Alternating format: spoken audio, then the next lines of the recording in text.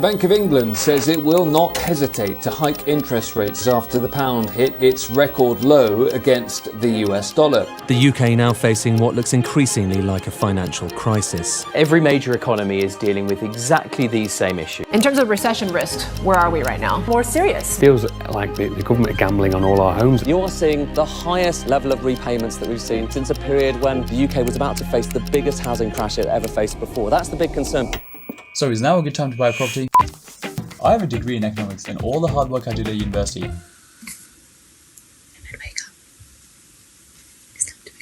I'm going to try to use that today. I've been looking at graphs and reports and I want to try to explain why mortgage lenders are pulling out, why property prices might crash, and what is the best property investing strategy going forward. So let's get started. So the big change is that interest rates have gone up to 2.25% to reduce inflation. Imagine the price of this coffee is going up, which is inflation. Let's just assume that you actually borrow money to buy this coffee. If the government increases the interest rate, that means when you borrow money, it's more expensive to borrow, and therefore when you buy this same coffee, it's costing you more money. So as a result, the supply of this coffee will probably go down. That will push the prices back down again, therefore reducing inflation. The problem is, in the mini budget, they started cutting taxes. Now imagine the same coffee, but now the government has actually cut your taxes, so now you have more money, and therefore you can use that money to buy even more coffee. What that's going to do is that's going to increase the demand for coffee, and that's actually going to push the prices of coffee even higher, leading to more inflation. Because the tax cuts can actually cause inflation because now people have more money to spend, in order to deter people to spend, what the Bank of England is considering doing is raising the interest rates even more, all the way up to 6% next year.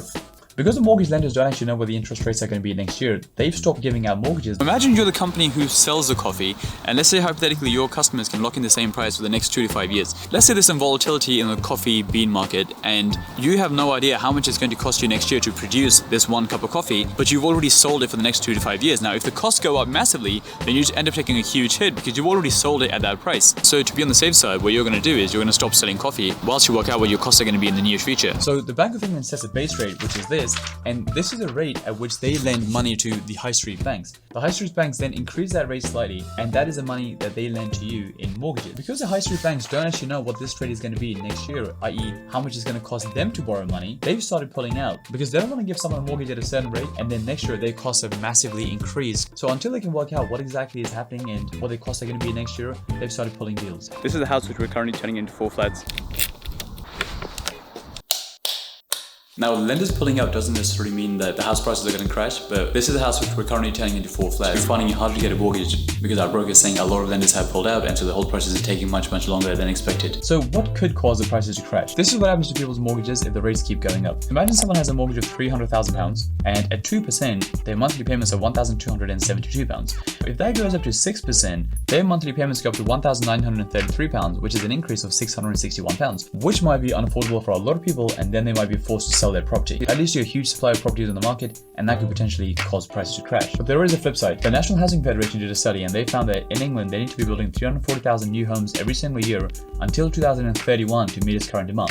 As part of Boris Johnson's manifesto, they promised they'll build 300,000 new houses every single year, and even that didn't have a guarantee that they can actually hit that target. Now, the reason this is important when it comes to the property crash is because of this. The UK essentially has an aging population. If you look at 1966 and look at people who are aged 60, 70, 80, and 90, there was significantly less in the distribution. Now, when you look at 2016, that curve has gotten much fatter around that sort of area as people are getting older, and by 2066, that's going to be even bigger. This is the road I live on, and each house literally has 1 old person living per house. As well as an aging population, UK also has a growing population, and it's actually growing at the fastest rate that it's ever grown at. The population didn't really grow that much between 1975 to 2000, pretty flat, but since 2005 it's been massively increasing. So that is the reason they need to be building 340,000 houses every single year. But the problem is, if you look at the data of how many new houses are being built, on average they're building around the 150,000 mark. So in 2017, they built just over 150,000 houses, which is actually less than half the target.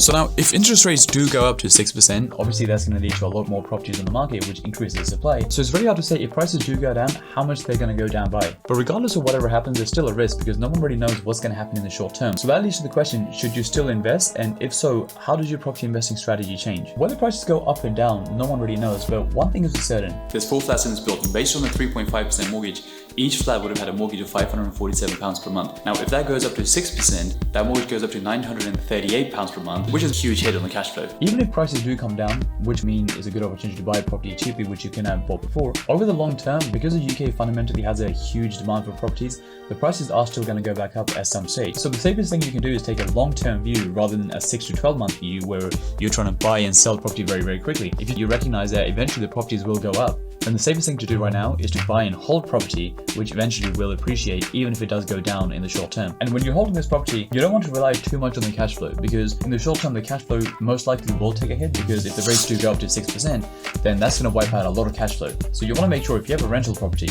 then if that property is empty or if there's any other issues, you want to make sure you have enough cash in the bank, so if you have those issues, then you can cover that void. Otherwise, you might be in a situation where you have an investment property and you can't make the mortgage payments, and then you end up losing that property. So in the current market, the safest thing you can do is buy a property and hold for the long term.